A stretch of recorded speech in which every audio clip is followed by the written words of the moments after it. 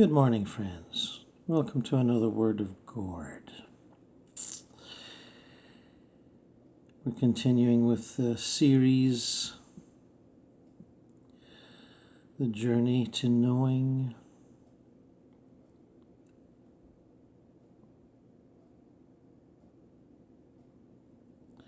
And I think you know where we're going if you've watched the previous two.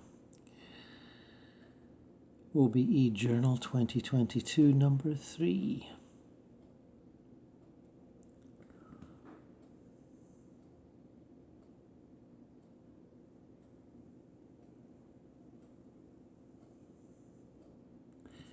So join me as we explore. Hope you're all sitting comfortably.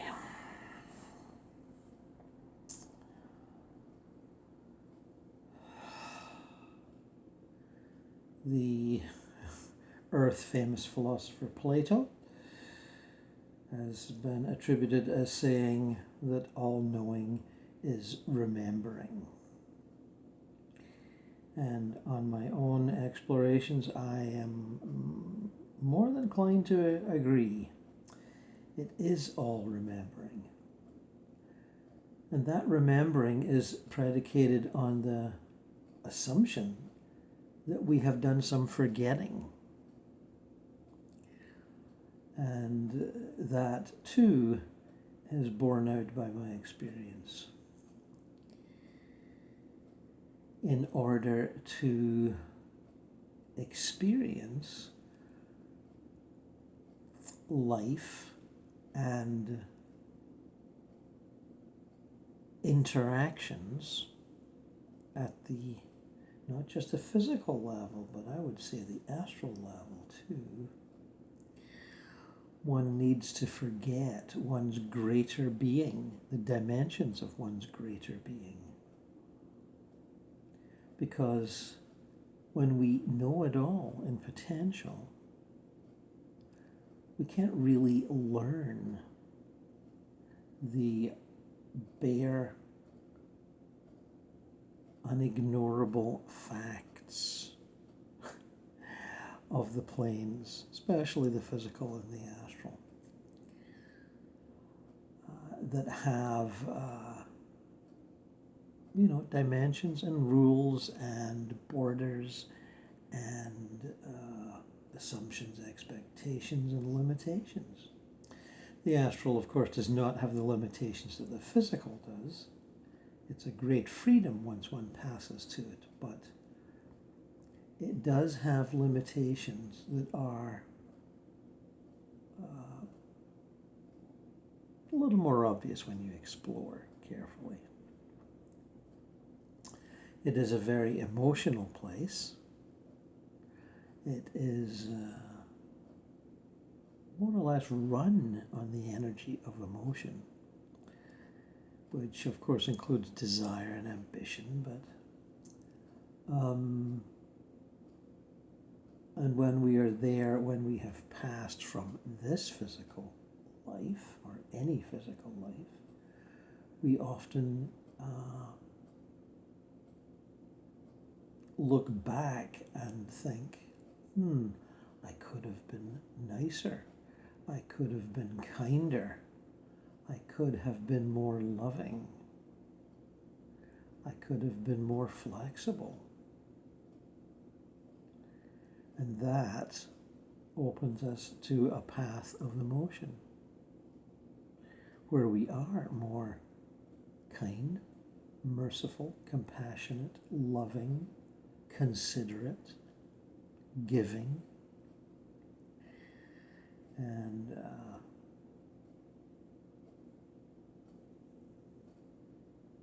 all of the astral planes, certainly the middle and upper levels, are run on such lines.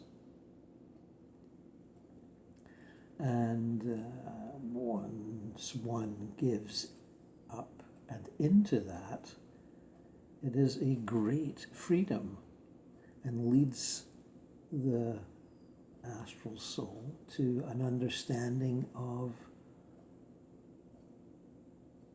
the angelic, shall we say.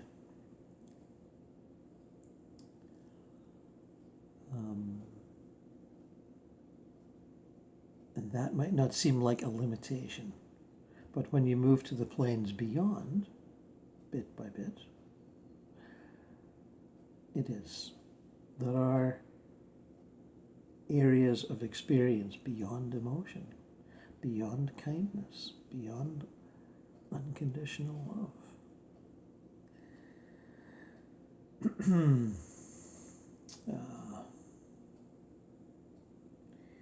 And that is the sort of thing that is purposely forgotten when one descends into incarnation from the space of the unlimited divine.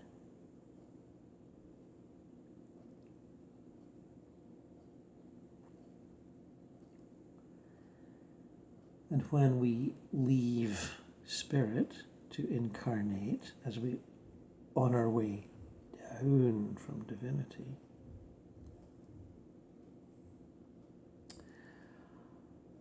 there are many aspects to our unlimited being that we not just choose to forget, but have to forget. You are shrinking from an unlimited being into a very small genie in a bottle, to use the metaphor. And much is sacrificed.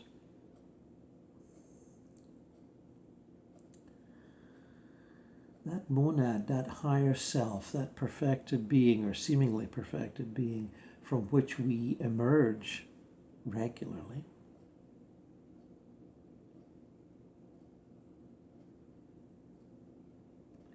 is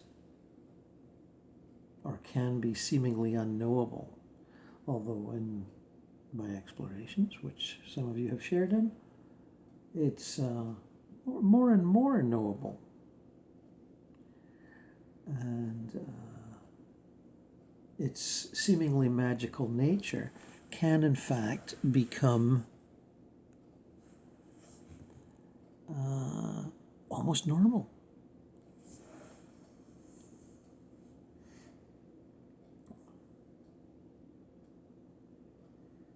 So remembering, let us remember. It's an unavoidable token of esoteric teaching.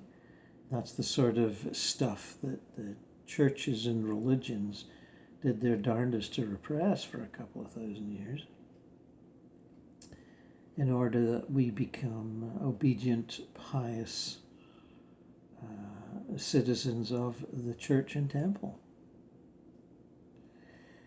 And all of you will know of this already. This will not be news. Just wish to remind us of that fact.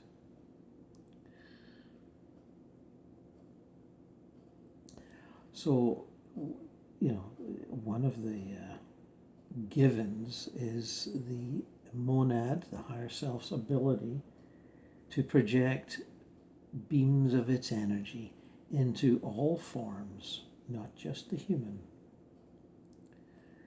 And when I say all forms, I'm indicating rocks, vegetation, trees, fields, forests, flowers, birds, fish, mammals, insects, mushrooms,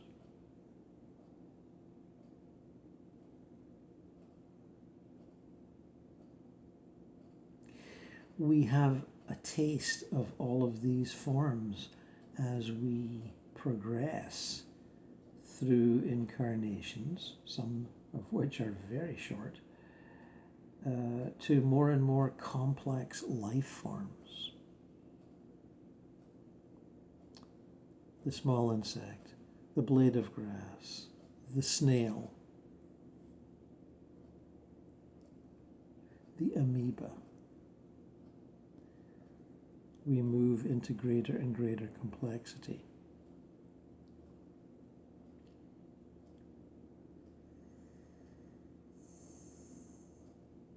Let us remember what seem to be early incarnations, the learning that I have been doing suggests simplicity moving toward complexity. Complexity of structure and ability.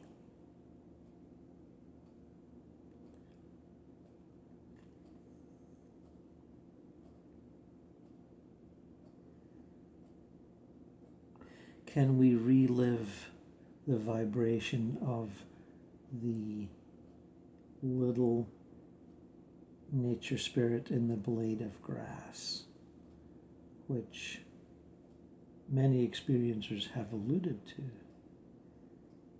perhaps most notably William Bloom.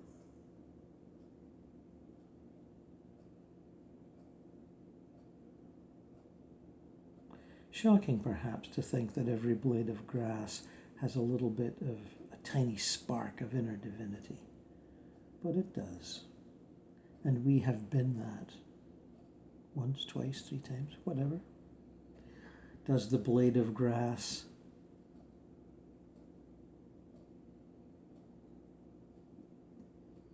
chunk of spirit being,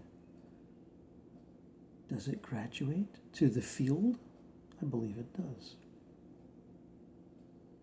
You go from a blade to a clump to a field, and you orchestrate the growth and decay.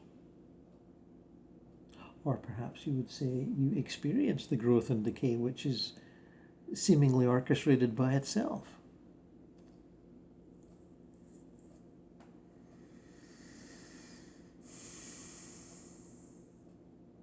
The experience of a wild flower,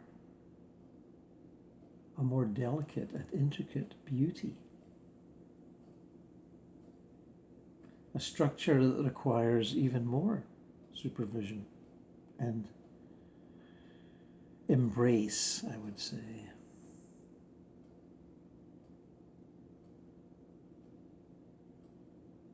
Interactions with insects that would either nibble away at you or use you for some nesting experience. Let us remember that.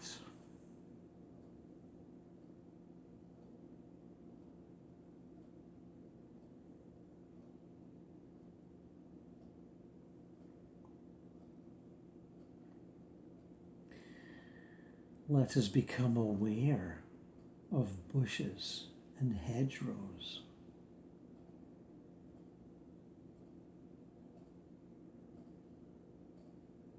Mosses.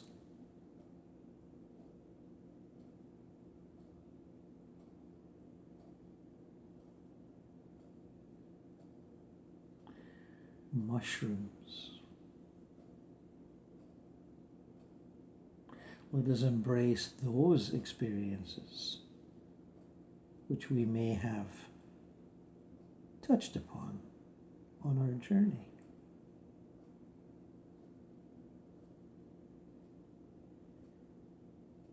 Let us remember the vibration of rocks, of granite, of stone, of marble, of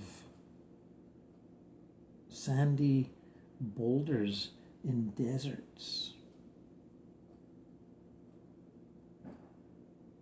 under which insects may hide and nest.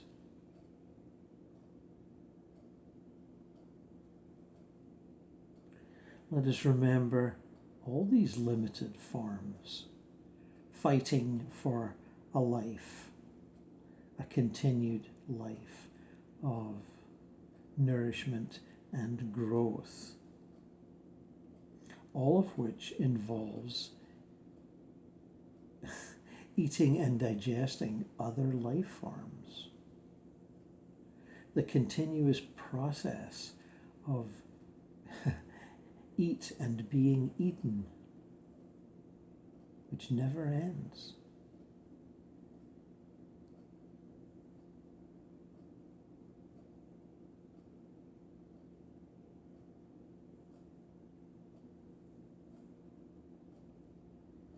Let us look at the leaf on the tree, the leaf that grows, matures and decays, and then falls into the breeze to be blown about helplessly.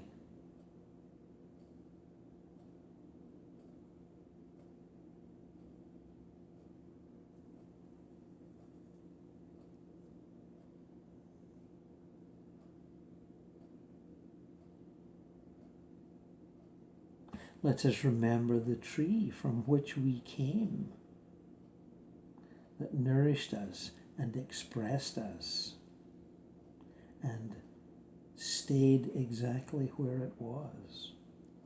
For such is the nature of tree, a very complex being with many aspects and attributes. And as they grow, much thought and consciousness.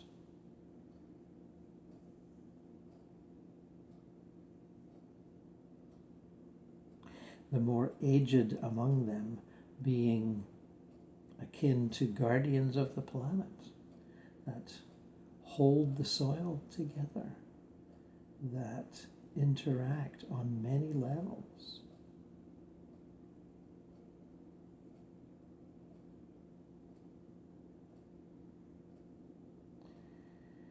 Forming woodlands and forests, which have their own complex structure and multi-purposes.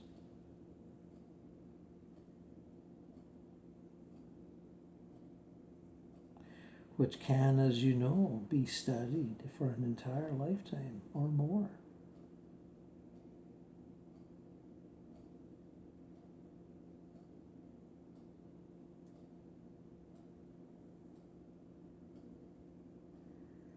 Let us remember the fish of the sea, of the river, of the pond, from the tiny to the enormous. We have projected what I laughingly call our consciousness into these forms to experience what they experience, to be in that life universe of water rather than the one of air.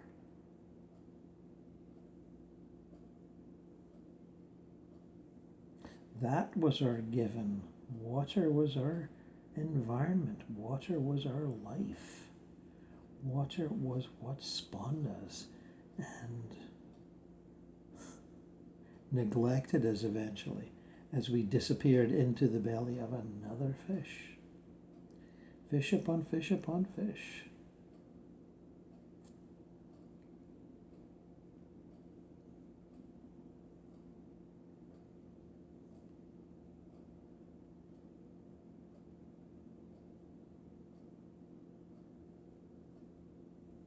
What did we learn in these animal forms, these mammals and birds, all of which have their careers, learning paths, purposes, desires, ambitions?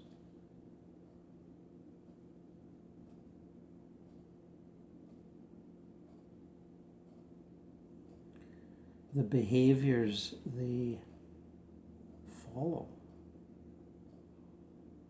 are not that different from human behaviors. The joys, the sorrows, the desires, the ego, the power, the love of power, the fear of weakness, the games of courtship, the glamour of youth, the weariness of age, all very familiar.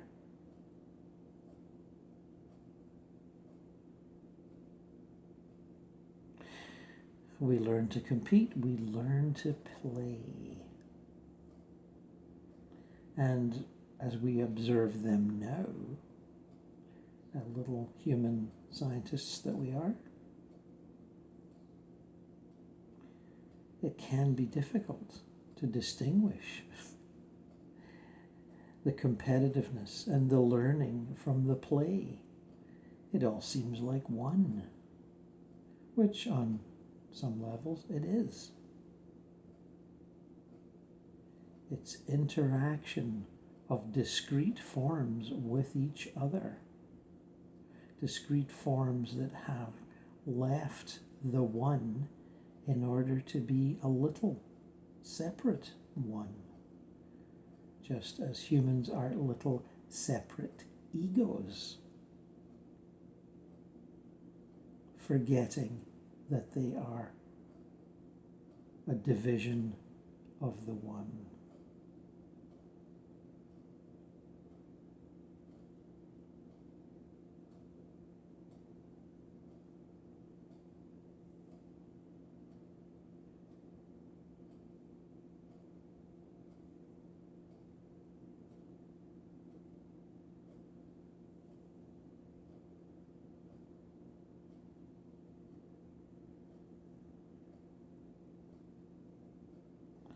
Let us recall as many of these life forms as is possible in any one meditation.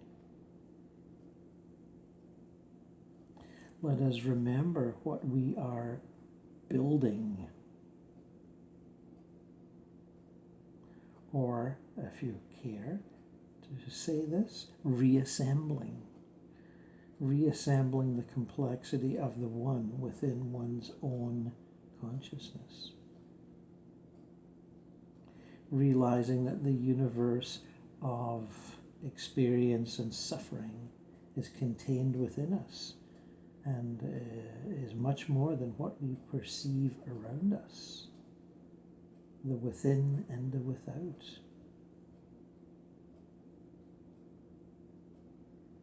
And what did George say? And life flows on within you and without you.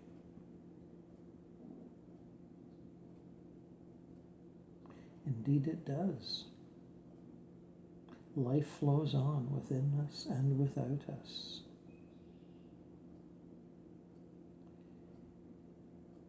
Both in this small, limited, seemingly limited human form, and the unlimited form of the higher self, the monad, the unrestricted divinity, the drop of divine light in the ocean of light, that place of knowing that we have visited and returned to, and that we will continue to visit and return to, as we exercise that muscle of possibility and remembering.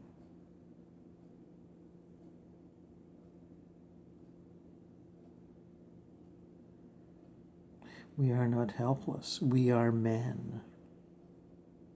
We are not lonely under the sky, buffeted by winds and storms,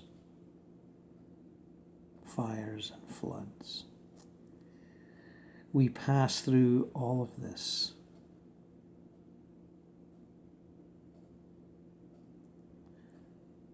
Essentially unaffected.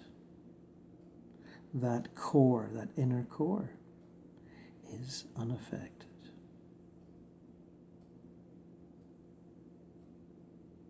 That inner knowing that says to the victim, you will survive this accident.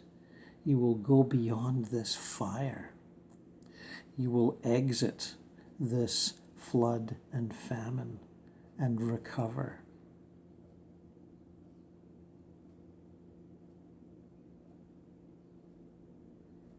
As we will recover our cosmic consciousness beyond this limited form of personality and ethnicity and fearful ambition. That's fearful ambition. Now there's a polarity to consider. Is all ambition based on fear?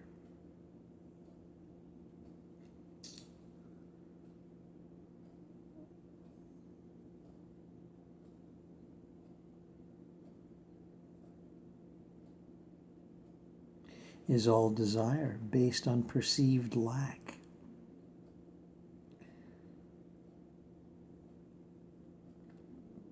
Much to move about and move through as we move the chess pieces of life and feel that we are one of the chess pieces being moved.